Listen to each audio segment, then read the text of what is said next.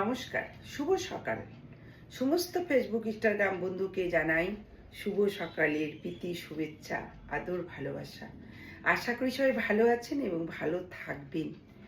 সারাদিন রাস্তাঘাটে সাবধানে চলাফেরা করবেন এবং শরীরের প্রতি যত্ন রাখবেন।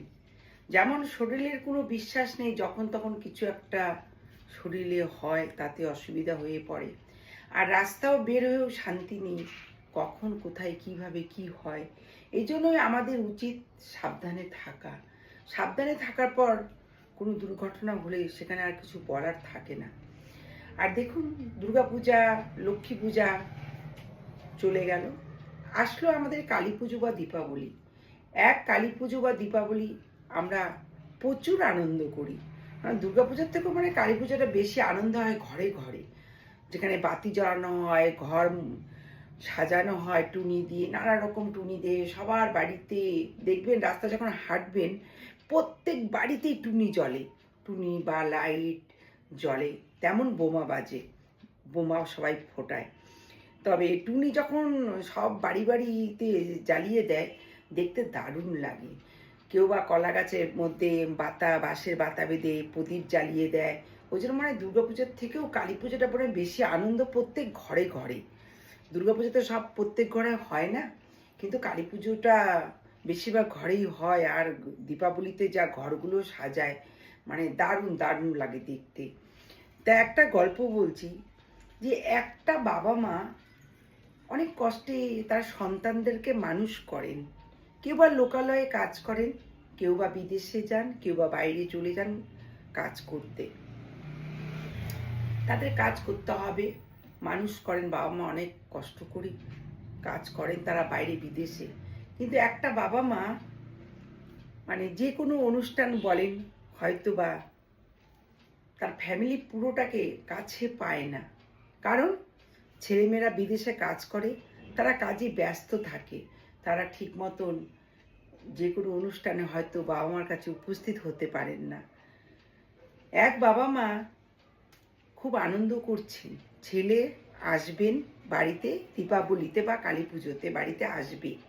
বাবা মা প্রচুর আনন্দ, তারা ছেলের জন্য ঘর সাজাবে, নানা রকম জিনিস কিনবে, এই করবে ওই করবে, নানা রকম আনন্দে আছেন যে ছেলে আসবেন।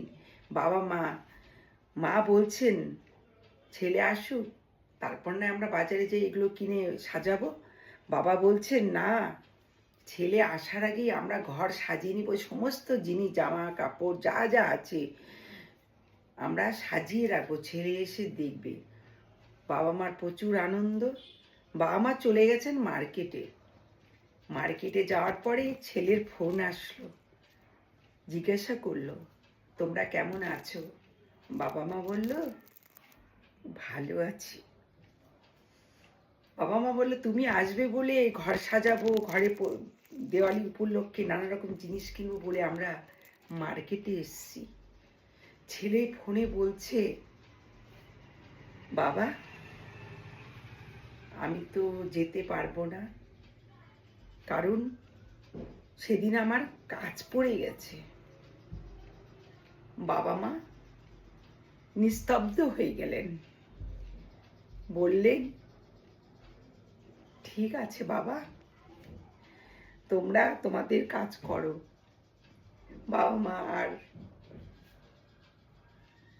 সেই বাজারটুকু করলেন না, নিস্তব্ধ হয়ে দুঃখে বাড়িতে ফিরলেন। তাহলে দেখুন, ছেলে মেয়ে কষ্ট করে মানুষ করে যখন তারা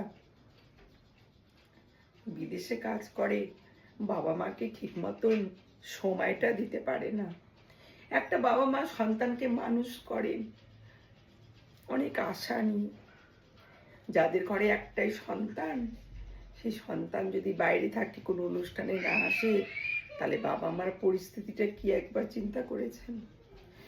নমস্কার, শুভ সকাল, ভালো থাকবেন।